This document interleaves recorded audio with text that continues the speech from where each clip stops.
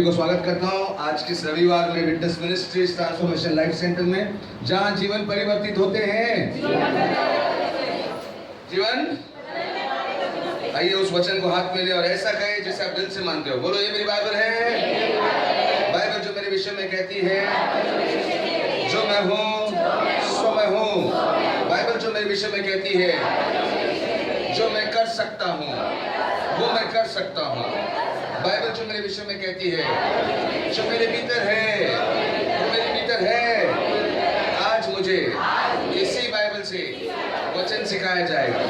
मैं साहस से घोषणा करता हूँ, मेरा मन सतर्क है, मेरा दिल ग्रहणशील है और इस वचन से, अटल वचन से, अविनाशी वचन से, जीवित वचन से मैं बदल रहा हूँ।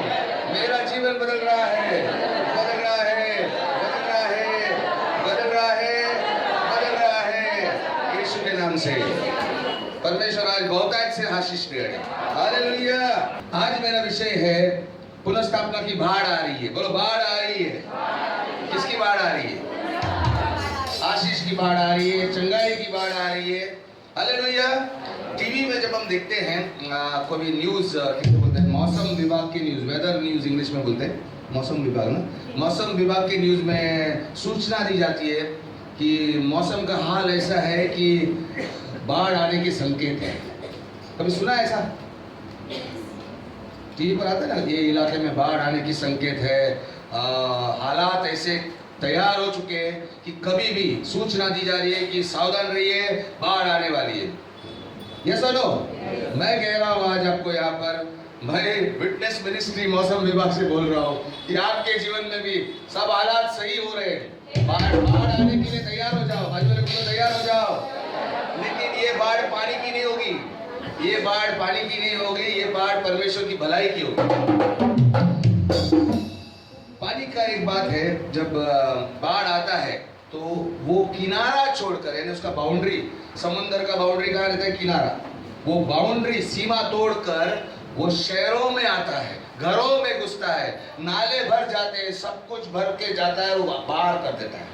जब बाढ़ परमेश्वर की आएगी तो सब सीमा तोड़ के आप जहाँ सोचे नहीं उधर तक पहुंच जाएगी। और एक बात आप देखेंगे कि बाढ़, जब पानी की बात लेंगे, 3-4 फुट जब पानी आता है, बहते जाता है बाढ़ की तरह, जब 3-4 फुट का पानी आता है तो एक कार भी कितने किलो की होती है कार सुनील भाई? अंदाज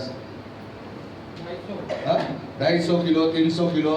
घर कितना, झोपड़ा पिपड़ा जिसका भी घर आपने देखा होगा टीवी पे, वो सब बह के जाते हैं। बाढ़ की ताकत के सामने कोई टिकता नहीं। ये सुनो, बाढ़ का सामर्थ्य इतना पावरफुल आता है कि वो सबको बहा ले जाता है। मैं आज आपको पूछ रहा हूँ, अगर आपके जीवन में रुकावट है, बीमारी वो रुकावट है, रिपोर्ट बोलता है कि नहीं कुछ होगा नहीं, ऑपरेशन करना पड़ेगा, वो तो परमेश्वर का बाढ़ जब आएगा ना, वो बीमारी कुछ काम वो टिक नहीं पाएगी, उछाल देगा उसको। परमेश्वर की चंगाई की बाढ़ आने वाली है। अगर आप सपने देखे और आपने बोला यार ये सपना बहुत बड़ा है, मेरे पास तो इतना वसीला नहीं, मैं इतना बड़ा 5 पैर नहीं जा सकता हूँ, मैं इतना पढ़ा लिखा नहीं हूँ। बाढ़ जब आती है, आपको ढूंढने नहीं जाना होता है, बाढ़ सब कुछ आपके पास लेके आती है। वो लोग आएंगे आपके जीवन में ढूंढते हुए, आपको ढूंढने नहीं जाना है। वो समय आएगा कि वसीला आपके सामने आ जाएगा, आपको ढूंढने की जरूरत नहीं पड़ेगी। आप वो स्थान पर जाओगे जहां पर आप कभी सोचे नहीं, खुद पर जा सकता हूँ, क्योंकि मैं तो अनपढ़ हूँ, मैं इतना लेवल पे कैसे जाऊंगा, मेरे पास इतने पैसे नहीं है कि मैं इतना बड़ा घर लूंगा। लेकिन बाढ़ आती है ना तो सब कुछ संभव होता है। बाजू वाले को बोलो, तैयार हो जाओ, बाढ़ आ रही है। बाजू वाले को बोलो, तैयार हो जाओ। किसके लिए? बूंद के लिए नहीं, छिटपुट, वो क्या बोलते हैं, छिड़काव के लिए नहीं, ऐसे पानी में हाथ डाल के वो नहीं, बूंद भी नहीं, झरना भी नहीं, नदी भी नहीं। क्या चाहिए? आपकी सोच में ये रहना चाहिए, मुझे बूंद नहीं चाहिए, मुझे झरना नहीं चाहिए, मुझे छिड़काव भी नहीं चाहिए, मुझे नदी भी नहीं चाहिए, मुझे बाढ़ चाहिए। ये सुनो, बोलो, क्या आपको बाढ़ चाहिए? परमेश्वर की आशीष की बाढ़।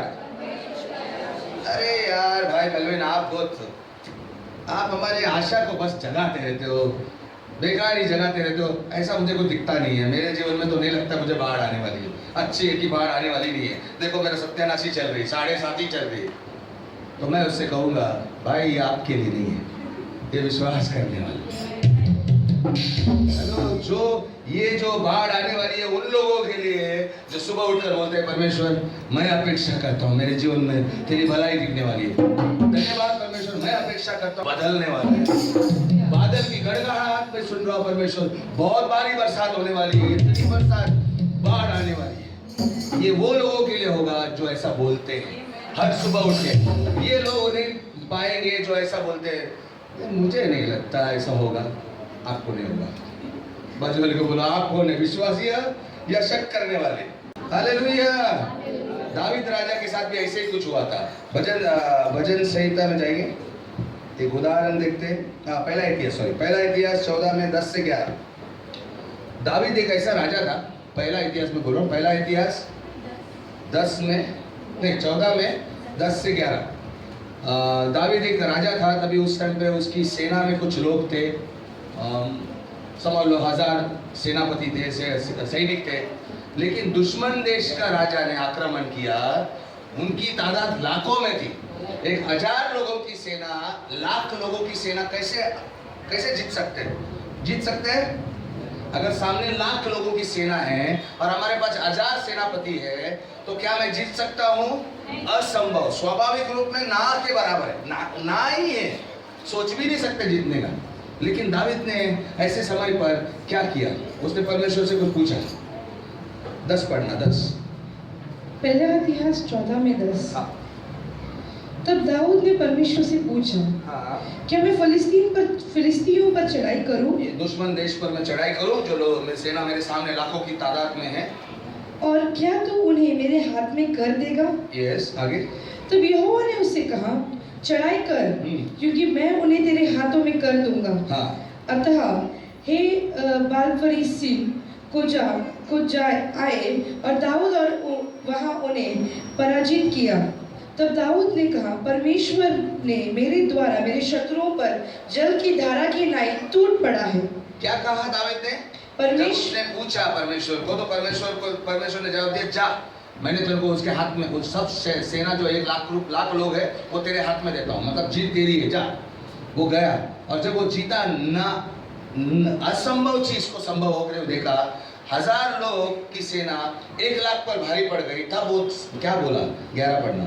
परमेश्वर ने मेरे द्वारा मेरे शत्रुओं पर जल की धारा के समान, जल का बूंद नहीं, जल की छिड़काव नहीं, जल का झरना नहीं, जल का नदी नहीं, जल का बड़ा लहर, सुनामी के समान टूट पड़ा है। जैसे वो 1000 लोग गए, दाऊद गया, लाख लोग गिर गए, मतलब ऐसे बाढ़, वो भी चकित हो जाए। आमेन। आपका क्या अड़चन है? कितनी भी अड़चने आपके सपना पूरा करने में जो आती है, जब परमेश्वर का बाढ़ आता है ना, वो टिक नहीं पाएगी। बाकी वाले को बोलो तैयार हो। उसके बाद कुछ उसने कहा, क्या था? इस कारण उस स्थान का नाम उसने बाल परसीमा रखा है, जिसका अर्थ है टूट पड़ने का स्थान। यस और नो? आप भी फिर याद रखोगे, अरे यार परमेश्वर टूट पड़ने जैसा सामर्थ मेरे पर दिया। वो डॉक्टर बोल रहा था कैंसर है, लेकिन कैंसर रिपोर्ट, अरे डॉक्टर बोलता है अभी कुछ नहीं दिखता है। ऐसा होता है। हालेलुया। एक महिला को मैं जानता हूँ जो शहर में आई थी कैंसर का ट्रीटमेंट करने। उसको ट्यूमर था, बड़ी सी गांठ थी कैंसर की।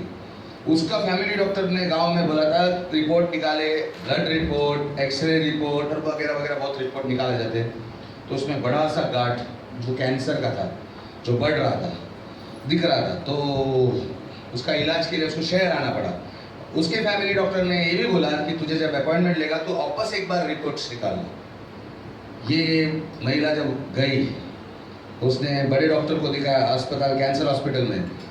उन्होंने भी अपना नया रिपोर्ट्स निकाले। लेकिन जिस दिन उनको ऑपरेशन का थिएटर में जब वो केमोथेरेपी देना था, रेडिएशन देना था, डॉक्टर ने उसको वापस केबिन में बुलाया। बोलता है मैं समझ नहीं पा रहा हूँ, तेरे पहले रिपोर्ट में साफ दिख रहा है इतना बड़ा ट्यूमर है, लेकिन अभी जो हमने निकाला कुछ नहीं दिख रहा है। बोलता मैं 26 साल से इस पेशे में हूँ, मैंने पहली बार ऐसा देखा। ये क्या था? परमेश्वर की चंगाई का बाढ़। वो बीमारी टिकी नहीं, वो क्या था, कैंसर, गायब हो गया। जब बाढ़ आती तो अच्छे को उछाल कर लेके जाती, लेकिन जब परमेश्वर की भलाई की बाढ़ आएगी तो उसी तरह वो बुराई को उछाल कर बाहर निकालती। को बोलो, क्या आप तैयार है बाढ़ के लिए? है या नहीं? हाँ या नहीं? क्या आप छोटे से बूंद के लिए मांग रहे हैं? क्या छिड़काव के लिए मांग रहे हैं? कोई कहता है, परमेश्वर मेरा 35 साल हो गया, शादी नहीं हो रही है। कोई बात नहीं, लगता नहीं मेरे को किसी से प्यार होगा या मुझसे कोई प्यार करेगा, चलेगा, मैं अकेला जी लूंगी, खाली मुझे सामर्थ्य देना, मैं अकेला से जी पाऊं। अरे क्या था, ये बूंद मांग रहा है, परमेश्वर बाढ़ देने को तैयार है। आप बूंद मांगेगा तो बूंद ही मिलेगा। उन लोग सोचते हैं कि परमेश्वर पे हम लोग परमेश्वर को तकलीफ नहीं देना चाहिए, बड़ा मांग के। मैं कहता हूँ बड़ा मांगो, क्योंकि परमेश्वर बहुत बड़ा है। आप जो सामना कर रहे हैं वो बूंद है, वो तकलीफ बूंद है समंदर में, बड़े समंदर में वो बूंद दिखती है। जब परमेश्वर समंदर में से बाहर निकालता है तो आपका जो भी तकलीफ है वो मामूली उड़ जाएगा। बोलो तैयार हो जाओ, पुनर्स्थापना की बाढ़ आ रही है। परमेश्वर ने निर्गमन 34 में 10 में क्या लिखा है, उसने हमसे कुछ कहा है। 34 में 10 उसने कहा, सुन, मैं एक वाचा बांधता हूँ। सुन, बोलो बाजू वाले को, सुन। जोर से बोलो ना, सुन। जब किसी को सुन, वो सुन नहीं रहा है इसलिए तो जोर से बोलना है, सुन। हाँ, क्या सुन? मैं तेरे लिए एक वाचा बांधता हूँ। मैं तेरे लिए एक वाचा बांध रहा हूँ, मतलब मैं एग्रीमेंट कर रहा हूँ। तेरे सब लोगों के सामने मैं ऐसा आश्चर्य कर्म करूंगा जैसे पृथ्वी पर और सब जातियों के में कभी नहीं हुए। ऐसा आश्चर्य कर्म करूंगा जो कभी किसी ने देखा नहीं हो। और वे सारे लोग जिनके बीच तू रहता है यहोवा के कार्यों को देखेंगे, क्योंकि जो मैं तुम लोगों के लिए करने पर हूँ वो भयंकर काम है। वो भयंकर काम है। बाढ़ जब आता है तो भयंकर होता है। जैसे टीवी पे बाढ़ देखा है, अरुणाचल में या किधर किधर आया हो, जिधर आया, घर जा रहे हैं, ऐसा बोलते कि नहीं, गाड़ी बह रही है, भयंकर लगता है ना। लोग बोलेंगे क्या भयंकर है यार, कैंसर गायब हो गया, अरे ये लकवा मारे ला, आदमी सीधा हो गया। लेकिन अपेक्षा करना है। राज इसमें एक ही है कि आप क्या इस वचन को, जो मैं भविष्यवाणी किया अभी, जो परमेश्वर ने बोला वो भविष्यवाणी, वो मौसम विभाग बोल रहे थे कि बाढ़ आने वाली, मैं बोल रहा हूँ परमेश्वर विभाग बोल रहा है बाढ़ आपके जीवन में आए। क्या आप इस वचन को अंदर लेके उसे जड़ पकड़ने दे रहे हैं? जड़ पकड़ने का मतलब क्या है? उस बीज को लेकर अंदर उसको जड़ पकड़ने देने का मतलब है परमेश्वर के साथ सहमत हो रहे हैं। हाँ परमेश्वर, मैं जानता हूँ मेरे लिए, मेरे लिए है, ये मेरे लिए है। अगर आप ये विश्वास करते हैं तो ये आपके लिए है, और आप ये विश्वास नहीं करते हैं, बोलते नहीं यार मेरे को दिख नहीं रहा है, तो आपके लिए नहीं है। बाजू बोलो, क्या आप विश्वास करते हो? तो तैयार हो जाओ, बाढ़ आने वाली है। यशाया 59 में 19, यशाया 59 में 19, यशाया 59 में 19। तब पश्चिम की ओर से लोग यहोवा के नाम का और सूर्योदय की ओर, पश्चिम से यहोवा के नाम का, और सूर्योदय मतलब पूरब से, सूर्य किधर से उगता है? पूरब से। ओके, पूरब और पश्चिम में, हाँ आगे, की ओर से उसकी महिमा का भय मनाएंगे। पूरब और पश्चिम में परमेश्वर का महिमा करेंगे, क्योंकि वह ऐसी प्रचंड धारा के समान, वो ऐसी प्रचंड सुनामी के जैसा आ पड़ेगा यहोवा का श्वास बहता है। जैसे पवित्र आत्मा यानी परमेश्वर का श्वास जो आत्मा है बहता है ना, वैसा पावर आ जाएगा जब आप पे मुसीबत आती है। यस और नो? वो खुद बोलते हैं कि प्रचंड धारा, बूंद की जैसा नहीं, कुछ ऐसा गिल्ला करने के लिए कुछ शावर नहीं गिरेगा, झरना नहीं रहेगा, प्रचंड धारा। बाजू वाले बोलो प्रचंड धारा, सुनामी आने वाली है। हालेलुया। एक गोल्फर को क्या बोलते हैं? क्रिकेट तो सब जानते हैं। गोल्फ मतलब जो चेंडू को एक अलग बैट से साथ खड्डे में डालते हैं, बड़ा सा मैदान रहता है। हमारे घर के पास आएंगे तो गोल्फ क्लब है उधर बड़ा, तो ऐसे बैट लेके एक छड़ी लेके, हॉकी स्टिक जैसे छड़ी होता है छोटा, से मारते तो बॉल जाके वो गड्ढे में गिरता है। देखा है कभी? ओके, इसको गोल्फ बोलते हैं। तो एक प्रसिद्ध गोल्फर था, मतलब अमेरिका में बहुत फेमस था, चैंपियन था। सऊदी का राजा जो है, सऊदी में राजा है, मालूम है ना? तो सऊदी के राजा ने उसको बुलाया और बोला कि मैं आमंत्रण करता हूँ कि हमारे देश में आके आप हमारे साथ खेलेंगे, हमारे परिवार के साथ खेलेंगे। के पास तो बहुत कुछ है। उनको ऐसे लोगों को, वो लोग तो एक्टर को भी बुलाते हैं, शाहरुख खान को बुलाएंगे, आज हमारे घर में कुछ गीत गा के दिखाओ, कुछ ऐसे लोग हैं वो। तो उसने इस गोल्फर को बुलाया। ये गोल्फर ने बोला ओके आता हूँ मैं। तो उन्होंने, राजा ने प्राइवेट जेट भेजा, उनका प्राइवेट एरोप्लेन रहता है, अमेरिका भेजा ताकि उसको सऊदी लेके आए। सऊदी जाने के बाद उन लोग गोल्फ खेले, उनके परिवार के साथ उसने वक्त बिताया उस गोल्फर ने। और बाद में उस खिलाड़ी ने सबके साथ खाना वाना खा के 2-3 दिन के बाद वो निकल रहा था। निकलने के टाइम राजा ने रोका उसको, बोला भाई साहब मुझे अच्छा लगा आप मेरे साथ आए, इतने दूर से आए, हमें मनोरंजन किया, हमारे साथ खेले, अभी मैं आपको कुछ देना चाहता हूँ, बताइए क्या देना है। ये गोल्फर सोचने लगा नहीं बस मैं, आपने इतना अच्छा मेज़बानी किया, इतना अच्छा खाना खिलाया, आप लोग इतने अच्छे मेरे साथ पेश आए, मुझे वहाँ से लाने का प्लेन भेजा आपने, और कुछ नहीं चाहिए मुझे। राजा तो हट्टी था, ना सुनने के लिए तैयार नहीं था। उसने खुद बोला, सीधा बोला मुझे हाँ चाहिए, और आपको क्या चाहिए खाली नाम दो।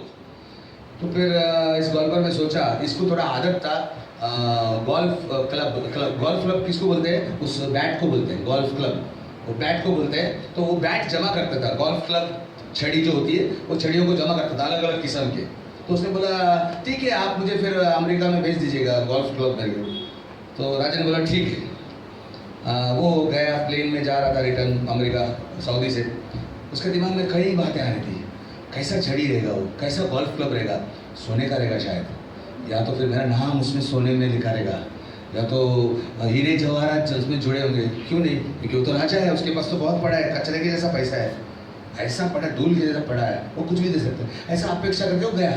जब घर पहुंचा तो हर दिन वो पार्सल का इंतज़ार करता कि मेरा शायद वो गोल्फ क्लब आने वाला है, वो लकड़ी, वो स्टिक आने वाली है। लेकिन 1 महीना गुजरा, एक दिन पार्सल बड़ा तो नहीं आया, एक लिफाफा आया, एनवेलप, वो और उस पर लिखा था सऊदी का राजा का है। वो बेचारा हैरान हो गया, ऐसा कैसा, उसने तो मुझे गोल्फ क्लब देगा बोला था, ये क्या भेजा। तो उसने खोल दिया।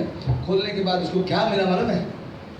उसमें 500 एकड़ जमीन का मालिक बनाया उसको। 500 एकड़ अमेरिका में खरीदा हुआ 500 एकड़ जमीन, गोल्फ क्लब 18 ऐसे छेद वाले क्लब उसने 500 एकड़ का जमीन पर बनवाया। उस सऊदी के राजा ने अमेरिका में लेकर खरीद के, और उसको 1 महीने में उसके कागज पत्र भेजे कि तू उसका मालिक है। ये है राजा की सोच। इसने गोल्फ क्लब मतलब छड़ी बोला था, लेकिन उसने गोल्फ क्लब मतलब मैदान समझा और मैदान दे दी। परमेश्वर राजाओं का राजा है। आप बूंद मांगते हैं कभी कभी, लेकिन वो तो बढ़ा देना चाहता है।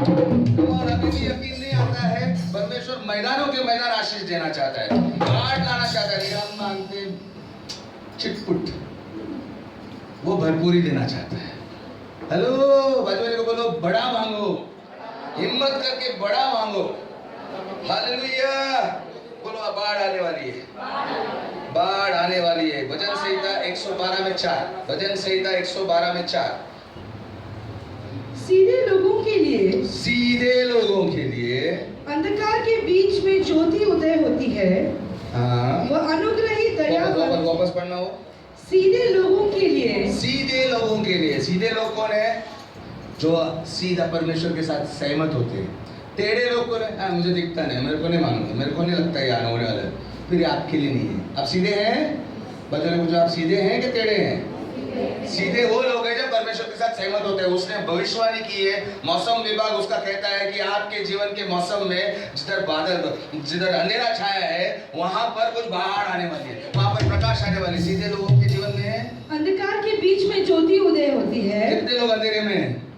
कुछ ना कुछ प्रॉब्लम है, अंधेरा है, कुछ गड़बड़ है, अंधेरा है। परमेश्वर सीधे लोग हैं, उनके जीवन में अंधकार में ज्योति उदय होती है। और दूसरा बाइबल में क्या लिखा है? दूसरा बाइबल में फर्स्ट एक अच्छा शब्द दिया है,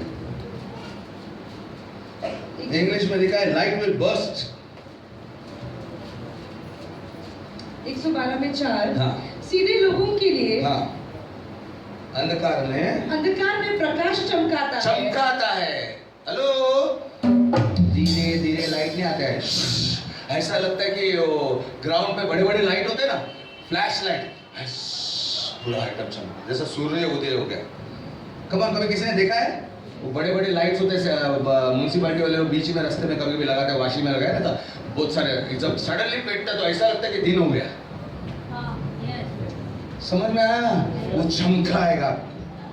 आप तैयार है, सीधे हैं, तो आपको ये कहना है परमेश्वर मैं जानता हूँ भले हालात ठीक नहीं है लेकिन मौसम सही है, हालात सही है, बाढ़ आने के लिए पूरा तैयारी है।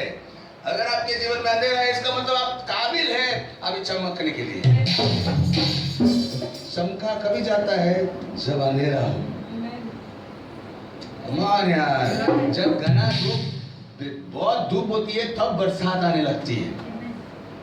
तुम्हारे सब चुप बैठे हैं। अगर धूप नहीं है, तकलीफ बहुत घनी, एकदम ज्यादा धूप नहीं है तो बरसात आने का चांस ही नहीं है। तकलीफ में इसका मतलब आप पूरे हालात तैयार है। परमेश्वर का मौसम विभाग बोलता है बाढ़ आने वाली। आप तैयार है, सीधे है तो बोलेंगे हाँ परमेश्वर ये मेरे लिए है। लेकिन अगर आप सीधे नहीं तो बोलेंगे नहीं मुझे नहीं लगता है, मुझे लगता है ये मेरी बीमारी मुझे मार डालेगी, ये मेरी तकलीफ मुझ पर हावी हो जाएगी। नहीं, परमेश्वर की बाढ़ आपके ऊपर हावी हो जाएगी। अभी ये सब टिकेगा नहीं। बाजू वाले को हिला के बोलो तैयार है बाढ़ को घेरने के लिए। हालेलुया। भले अपनी परिस्थिति कैसी भी दिखती हो। एक लड़की थी, जवान लड़की, वो एक ऐसे परिवार में पैदा हुई जहाँ पर माँ चर्ची थी, बाप भी गर्दुला था, और दोनों चर्ची शादी किए होंगे, लव मैरिज, और बेटी को देखते नहीं थे, और उसकी पढ़ाई के ऊपर भी प्रॉब्लम, उसको मारते भी थे नशे में। कई बार उनके दोस्त आते थे तो गर्दुल्ले कैसे रहेंगे, ये जवान बेटी है, मतलब छोटी बेटी थी, तो बहुत सारा ऐसा सहन कर रहे थे। एक दिन पुलिस ने, कुछ अधिकारियों ने कुछ पकड़ा लगता है कुछ, तब बेटी को मौका मिला, उसके माँ बाप को पकड़ा, बोला मुझे इस घर से मेरे को आज़ाद कर दो। उन्होंने बहुत विनती की तो अधिकारियों ने जज के पास लेके गए, और जज ने फिर क्या किया, इस लड़की को, क्योंकि उसे दोनों माँ बाप चर्ची और गर्दुल्ले थे, तो उसको अनाथ आश्रम में डाला। वो खुश हो गई लड़की अनाथ आश्रम। अभी अनाथ आश्रम में 3 महीने में उसको एक महिला ने गोद लिया। वो अच्छी महिला थी, उसने अच्छा स्कूल में डाला, ये लड़की अच्छी पढ़ने लगी, और दिनों देखते देखते वो नंबर 1 हो गई स्कूल में, नंबर 1 स्टार स्टूडेंट, एकदम चैंपियन। पढ़ते गई। एक दिन ऐसा होगा कि स्कूल के सारे लोग उसके पास आते हैं, वो लड़की के पास आते हैं कुछ सलाह मांगने, मतलब इतनी मशहूर हो गई वो स्कूल में। एक दिन टीवी का शो हो रहा था, तो कुछ लोगों ने सोचा कि इस टॉपर, ये जो 10वीं में इतनी टॉपर आई है, टॉप किया उसने, उसका इंटरव्यू हम टीवी पर दिखाएं, और उस स्कूल के दूसरे बच्चों का भी, जो खेल में आगे थे, जो दूसरे चीज़ों में आगे थे, उनका भी टीवी पे शो हो गया। तो टीवी के शो में जब वो इंटरव्यू लेने वाले ने बोला कि आपका सपना क्या है बेटी, आप क्या करना चाहती है, आपका ख्वाब क्या है, तो उसने कहा मुझे हार्वर्ड यूनिवर्सिटी से पढ़ना है। आपके जानकारी के लिए दुनिया के सबसे top university Harvard university, Harvard है, प्रिंसटन है और ये 3 नंबर 1 पे दुनिया की। जैसे कि बम्बई, इंडिया में नंबर 1 यूनिवर्सिटी कौन सी है मालूम है? IIT मुंबई, दूसरा है IIT कानपुर, तीसरा है IIT मद्रास। मालूम नहीं रहेगा तो जानकारी देता हूँ तो समझने के लिए। हार्वर्ड यूनिवर्सिटी का 1 साल का पैसा कितना है, फीस, खाली फीस, रहने का छोड़ो, वहाँ पर रहना भी पड़ता है, 70 लाख खाली फीस 1 साल का, खाली फीस है, बुक्स का अलग छोड़ दो। तो हार्वर्ड में पढ़ने वाले लोग बोलते हैं ना, बहुत बड़े बड़े बिजनेसमैन बोलते हैं, बड़े उनका अलग ही शिक्षण है। तो मुझे हार्वर्ड में पढ़ना है। स्वाभाविक रूप से अगर आप देखोगे तो ये लड़की का हार्वर्ड में बनने का तो चांस ही नहीं था। ये सोच सकती थी कि यार मैं किधर हार्वर्ड जाऊंगी, मेरा तो शुरुआत ही ऐसे, मेरे माँ बाप जेल में, यार ये ऐसा है मेरा, बस मैं तो अनाथ आश्रम जाके सोच सकती थी। लेकिन ये लड़की ऐसी नहीं थी, ये विश्वास करती थी परमेश्वर बड़ा कर सकता है, मैं बड़ा मांगूंगी। उसने बड़ा सपना देखने का डेयरिंग किया, और उसने कहा कि मैं, जैसे मुझे किसी ने हेल्प किया, मैं हार्वर्ड में पढ़ के बाहर आके दूसरों को मदद करना चाहती हूँ। तो उतने में एक दूसरे दिन ही फ़ोन आया, किसी दूसरे शहर के महिला ने फ़ोन किया और कहा कि मैं ऐसे फलाना, मैं आपका वीडियो अपना टीवी पर शो देखिए आपका, बेटी तू हार्वर्ड में जाना चाहती है, लेकिन मैं अगर आपसे कहूँ कि तेरे को मैं येल यूनिवर्सिटी, और एक यूनिवर्सिटी टॉप में, तो हार्वर्ड जैसा येल यूनिवर्सिटी, उसमें मैं आपको अगर 4 साल का पूरा स्पॉन्सर दूँ, आपकी फीस भी सब भरा जाएगा, आपका रहने का। तो आपका इरादा क्या है? चलेगा? बोलिए मैं जाऊंगी। और वो येल में ग्रेजुएट की, आज बहुतों के लिए आशीष का कारण बनी है। क्योंकि ये लड़की ने ये सोचा कि मैं बड़े परमेश्वर से बड़ा मांगूंगी, बड़ा कर सकता है। वो डेयरिंग की। क्या आप डेयरिंग कर रहे हैं? क्या परमेश्वर को छोटा समझ के बक्से में डाल रहे हैं? कमान कमान कमान, भीख मत मांगो परमेश्वर से, वो आपका बाप है। बड़ा मांगो, बोलो बड़ा मांगो, और वो कर सकता है। हालेलुया। क्योंकि उसने कहा कि प्रचंड धारा की तरह मैं तुम्हें आशीष दूंगा, आश्चर्यजनक काम करूंगा। तुम बाजू वाले को बोलो, क्या आप विश्वास करने को तैयार है? हालेलुया। बोलो बाढ़ आने वाली है। उसका सामर्थ्य जब आता है ना तो बाढ़ की तरह होता है। एक लड़का था, जवान लड़का था, कॉन्गो अफ्रीका में, कॉन्गो नाम का शहर है। मरीना का पति वहां पर काम कर रहा था। किधर है मरीना? कॉन्गो। अच्छा, तो कॉन्गो एक गरीब, दुनिया का सबसे गरीब देश है। तो वो लड़का वहाँ था, और सबसे बड़ी बात ये थी कि वो 7 बच्चे लोग में से एक बच्चा था। दूसरी बात, उसको जो घर में रहता था उस गांव में वो घर में जिसमें 7 बच्चे रहते थे, उसके माँ बाप रहते थे, उसमें उसके रिश्तेदार भी रहते थे, मामा काका, उसके भाई भी। एक घर में ठूस के भर के गोलहल की तरह बने थे। और दूसरी बात, उस गांव में इतनी बीमारी थी, मीलों मीलों तक ना दवाखाना था ना अस्पताल था, और लोग रोज इतने मरते थे कॉन्गो में और उसके गांव में, सिर्फ इस बात के लिए क्योंकि दवाखाना नहीं और दवाई नहीं है। साधारण बीमारी, निमोनिया, बुखार से लोग मरते थे, जो एक आम गोली से ठीक हो सकता था, वहाँ नहीं था। इसका दर्द, इसका दिल बहुत दर्द होता था उसको, कि ऐसा नहीं, मैं ये देख नहीं पाता हूँ, इतने लोग पुकट का मर रहे, खाली दवाई होती तो हमारे जगह पर। उसी टाइम पे परमेश्वर ने उसके दिल में एक सपना डाला कि तू यहाँ पर अस्पताल बनाएगा। स्वाभाविक से देखेगा तो, अगर नेचुरली देखेगा तो ये पैसा पहले गरीब, इसका खानदान गरीब, इसका गांव गरीब, इसका देश गरीब, चांस ही नहीं। अस्पताल बनाना दूर की बात है, करोड़ों रुपए लगते हैं। हो सकता है वो रो सकता था, लेकिन वो हमेशा प्रार्थना में एक बात मानता था कि मेरा परमेश्वर बड़ा है। वो भी बड़ा सोचता था, वो रोज प्रार्थना करता, परमेश्वर मुझे अस्पताल बनाने में, इन लोगों की मदद करने में मदद कर, मुझे, मैं विश्वास करता तू करेगा। ऐसा करते करते वो रोज बड़ा प्रार्थना करने लगा, छोटा मोटा नहीं, मुझे थोड़ा आशीष कर, मुझे अस्पताल बनाने के लिए पैसा दे, मुझे बड़ा घर, मुझे। ऐसा करते करते अचानक कुछ बदलाव आने शुरू हो गए।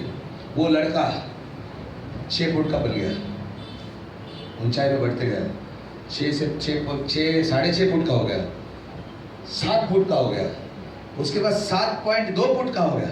इतना लंबा आदमी बन गया, अमिताभ से भी बड़ा, इतना बढ़ गया। उसका थोड़ा दिन में उसका दिलचस्पी इसमें, वो बास्केटबॉल होते हैं ना साहब, ऊपर डालते हैं, बास्केटबॉल में रुचि रहा। और वो किधर खेलता था? मट्टी वाले उसके गांव में मैदान में खेलते गया, और वहाँ पर उसने स्कूल पास किया।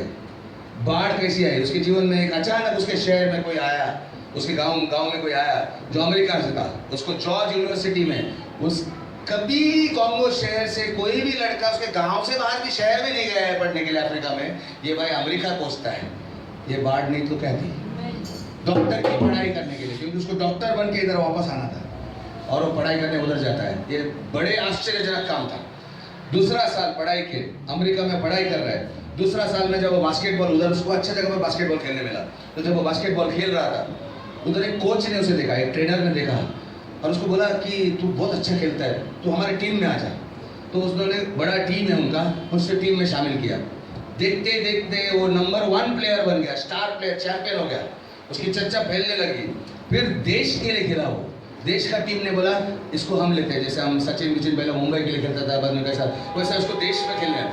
और देश में खेलने के बाद वो इतना फेमस हो गया, आज उसका नाम दिखेम्बे मुटुम्बो बोलते हैं। आज वो दिखेम्बे मुटुम्बो बोलेगा ना, सबसे बेस्ट बास्केटबॉल प्लेयर है। पता है 2007 में उसने 15 मिलियन डॉलर यानी 1.5 करोड़, करीबन 1.5 करोड़ अफ्रीका कॉन्गो उसके गांव भेजा अस्पताल शुरू करने के लिए। उसके जितने भी प्लेयर थे, जो बास्केटबॉल में प्लेयर दोस्त थे, उन्होंने 30 मिलियन डॉलर्स यानी 3 करोड़ भेजे। ऐसा करके 4.5 करोड़ का हॉस्पिटल खुल गया। ये कैसा हो सका? ये परमेश्वर की बात थी। क्योंकि इसने डेयरिंग किया बड़ा मांगने को। वो ये बोल सकता था यार मैं किधर यार, कौन से गांव में मैं कैसा अस्पताल बना सकता हूँ। कम ऑन यस और नो। अगर आपकी सोच बड़ी या परमेश्वर के साथ सहमत होते वो आपके लिए, अगर आप विश्वास करते तो ये आपके लिए, ये मौसम विभाग की जानकारी आपके लिए, संकेत आपके लिए, सब कुछ तैयार है, हालात तैयार है, बादल गरजने को तैयार है, लेकिन आप स्वीकार करने को तैयार नहीं तो आपके लिए नहीं है। कोई तो बोलो ये मेरे लिए है, ये भविष्यवाणी मेरे लिए है, बाढ़ आने वाली है। आज मैं आपसे पूछता हूं कि आपके दिल में क्या सपना है? सपना सबके पास है, कुछ ना कुछ सोचा है। अच्छा सोचने में परमेश्वर से आता है, और सपना अगर परमेश्वर ने अंदर डाला है, ये नामुमकिन बोलने के लिए आप जिम्मेदार हैं। परमेश्वर सपना डालता है मतलब वो मुमकिन कर सकता है। आप क्या सोच रहे हैं, क्या मांग रहे हैं, और कितना अपना विश्वास को बढ़ा रहे हैं, ये आपके ऊपर है। ये मेरा प्रश्न आपको है, क्या चिल्लर बिल्लर मांग रहे हैं? क्या चाहिए आपको कि बाढ़ चाहिए? मैंने आपको बताया साबित करके कि परमेश्वर प्रचंड धारा की तरफ बहाने वाला है, और आपकी जो भी मुसीबत है ना उड़कर निकल जाने वाली। जब कार 3-4 फुट का पानी जब बहने लगता है तो कार भी बह निकल जाती है, घर निकल जाते हैं। तो आपका प्रॉब्लम क्या है? जब समंदर का पानी लहर बन कर आएगा, बाजू में बोलो आशा है हमारे लिए है। कम ऑन ये सुनो, हालेलुया। क्या आप आशा के कह दिए कि निराशा के कह दिए? तो फिर बाइबल में जाबेज नाम का एक व्यक्ति है, पहला कोरिन्थियों पहला इतिहास 4:10, उसने क्या प्रार्थना की? वैसे आपको प्रार्थना करना है। पहला इतिहास 4:10। पहला इतिहास 4:10। और याबेस ने इज़राइल के परमेश्वर को यह कहकर पुकारा, उसने ये कहकर पुकारा कि परमेश्वर बस मुझे जीने लायक पैसा दे दे। ऐसा पूछो नहीं, मुझे थोड़ा आशीष दे, बस मैं जी तो लूं। नहीं, अच्छा मुझे ऑपरेशन करने के लिए तो पैसा दे। क्या बोला? याबेस ने कहा भला होता कि तू मुझे सचमुच आशीष देता, मुझे सचमुच आशीष चाहिए, और मेरी सीमा को बढ़ा, मेरी सीमा को बढ़ा, और तेरा हाथ क्या था उसने? मेरी सीमा को बढ़ा, मेरी पहुंच बढ़ा, मेरा पहुंच बढ़ा, मेरा एरिया बढ़ा, दायरा बढ़ा।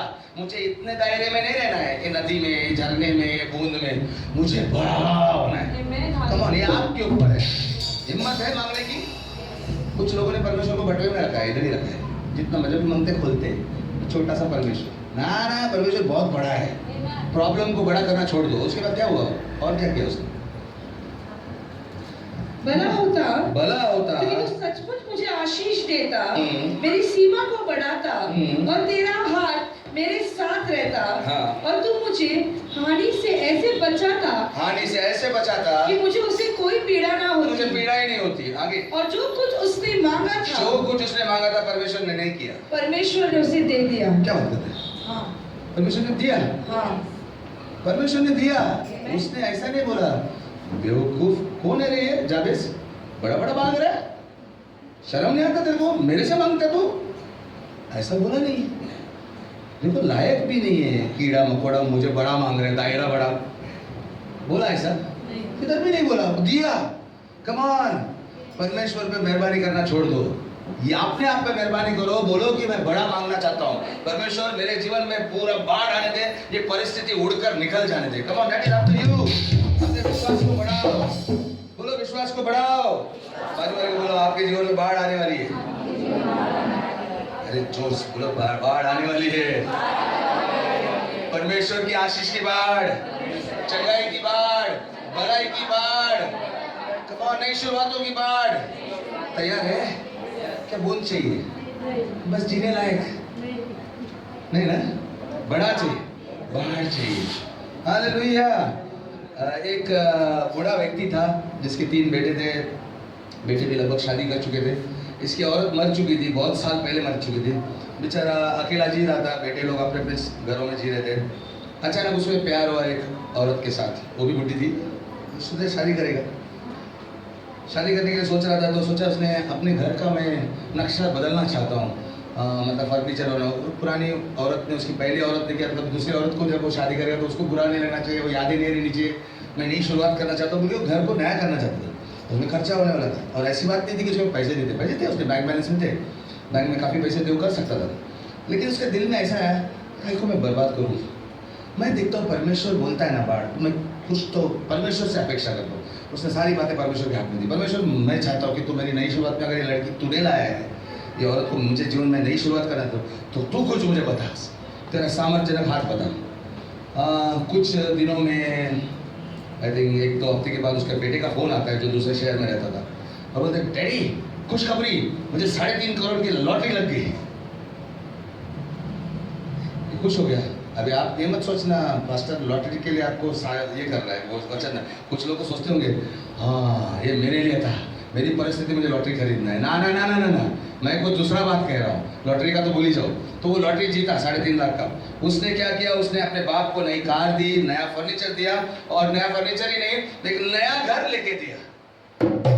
अचानक वो बोलता है परमेश्वर की भलाई में आज समझ गया। आमीन, हालेलुया। कहीं ज्यादा वो तो खाली घर का फर्नीचर बदलना चाहता था, सिंपल नक्शा बदलना चाहता था घर का अंदर का, लेकिन परमेश्वर से नया घर ही दे दिया। उसने अपेक्षा किया कि परमेश्वर तू करता है, तेरा वचन सच्चा है तो मुझे दिखा। सचमुच मुझे आशीष चाहिए। आपको डीलिंग करनी पड़ेगी। आप तो परमेश्वर से पहले डरते हो कि वो डंडा मारेगा। परमेश्वर को समझते क्या हो, वो बाप है, वो प्यार करता है। उसने अगर अपने बेटे को भेजा आपके पाप के खातिर, तो आपसे कितना प्यार करता होगा। कौन सोचकर देखो उसका असीम प्यार को। बोलो बाढ़ आने वाली है, मुझे यकीन है। बोलो बूंद नहीं चाहिए, क्या चाहिए? अब परमेश्वर जब बाढ़ भेजा ना, आपका सपना ना आप जितना बड़ा सोचे ना उससे ज्यादा बड़ा कर देगा। हाँ करेंगे आपका मुख खुला खुला करेगा, अचंबा होगा। ड्यूटेरोनॉमी 1:11 और एक वचन देता हूँ मैं आपको मौसम विभाग, परमेश्वर के मौसम विभाग से। ड्यूटेरोनॉमी 1:11 व्यवस्था विवरण 1:11 तुम्हारे पूर्वजों का परमेश्वर यहोवा तुम्हें 1000 गुना और बढ़ाए। तुम्हारे परमेश्वर तुम्हें 1000 गुना और बढ़ाए, और तथा तुमको अपने दिए हुए वचन के अनुसार आशीष दे। मेरी भी प्रार्थना ही है, परमेश्वर आपको कितना गुना बढ़ाए? 1000 गुना बढ़ाए। परमेश्वर का वादा पूरा हो। आमीन। मेरा ये भी प्रार्थना आपके लिए कि आपका विश्वास इतना बड़ा हो कि आप परमेश्वर के इस वादे को यकीन करने लगे। यकीन नहीं करे तो कुछ नहीं मिलेगा। आमीन। तो बोलो ये मेरे लिए है। सोचो 1000 गुना सिर्फ पैसे में नहीं, शांति में, रिश्ते में प्यार आना 1000 गुना बढ़े, भरपूरी आना, पुनः स्थापना आना, जो खोया है वो 1000 गुना बढ़कर है। सोचो क्या होगा। आपको कोई प्यार नहीं करता, 1000 गुना प्यार करने वाले लोग मिलेंगे। कमाल क्या होगा ये सुनो। बोलो ये मेरे लिए है, 1000 गुना बढ़ने वाले हैं। मैं तो अभी भी देख रहा हूँ कि यहाँ पर भविष्य में बहुत लोगों के जीवन में बाढ़ आने वाली है। बस रिसीव करने को रुको, रिसीव करने के लिए तैयार हो जाओ। कुछ हिल रहा है। जब बाढ़ आती है तो बादल हिलते हैं, गड़गड़ाहट होती है। सुनामी आती है तो जमीन के नीचे, समंदर के नीचे कुछ हिलता है, भूकंप जैसा आता है, सुनामी देखती है। मैं कुछ देख रहा हूँ, कुछ हिल रहा है आपके फ्यूचर में, आपके भविष्य में। ये भविष्यवाणी में ऐसे नहीं कर रहा, परमेश्वर में दिल में बोल रहा है। लेकिन अगर आप विश्वासी हैं, आपके जीवन में आएगा। अगर आप शक करोगे तो नहीं आएगा। ये विश्वासी लोगों के लिए। हालेलुया। बोलो मैं पुनर्स्थापना की बाढ़ देखने वाला हूँ। मेरी बेटी ओसाना को तो आप जानते हैं, तो मेरी बेटी बोलने लगी वो पॉपकॉर्न, वो पिक्चर देखने जाती है पॉपकॉर्न के लिए। पिक्चर तो समझता नहीं इसको, वो पॉपकॉर्न के लिए जाती है। तो काउंटर पे वो आदमी ने, लेडीज जो थी उसने पूछा अच्छा कौन सा पॉपकॉर्न चाहिए बेटा? स्मॉल, रेगुलर की टब? टब मतलब बड़ा सा बाल्टी आता है। इसने 2 बार सोचा भी नहीं, उसने मेनू कार्ड भी देखा नहीं कि वो 200-300 रुपये वाला टब है। उसने बाप को भी नहीं देखा, डैडी वो से ले सकता हो? नहीं, टब चाहिए सीधा। पॉपकॉर्न के मामले में ओसाना को बूंद नहीं चाहिए, झरना नहीं चाहिए, नदी भी नहीं चाहिए, उसको टब चाहिए, बाढ़ चाहिए। वो सिर्फ पॉपकॉर्न के लिए क्या बोलते हैं उत्सुक नहीं है, वो ये भी बात जानती है कि उसका बाप कौन है, उसका बाप कैसा है। वो हमेशा जानती है कि बाप उसके लिए कितना अच्छा करने के लिए सोचता है। कभी भी एक कार है तो दूसरी कार भी लाके रहता है, एक डॉल है तो दूसरा डॉल, वो जानती है। ऐसा ही हमारा परमेश्वर पिता है, आपको भलाई दिखाना चाहता है। प्रभु परमेश्वर तू कितना भला है, तेरी भलाई कभी कभी खाली गाते हैं सदा, बाकी मुसीबत के टाइम पर किधर गया परमेश्वर गायब। भीख मांगते हैं। भीख मत मांगो, वो बाप है, आपको देना चाहता है, भलाई दिखाने के लिए रास्ते ढूंढता रहता है। और हम लोग बूंद मांग रहे हैं जब उसके पास टब पड़ा है। हेलो, मानो होसाना टब मांग रही पप्पा को, वो आपको टब देना चाहता है, बाढ़ देना चाहता है, फ्लड देना चाहता है, आशीषों का फ्लड। लेकिन मांगो यार, हर बार जाके रोना बंद, फिर कट हो जाएगा।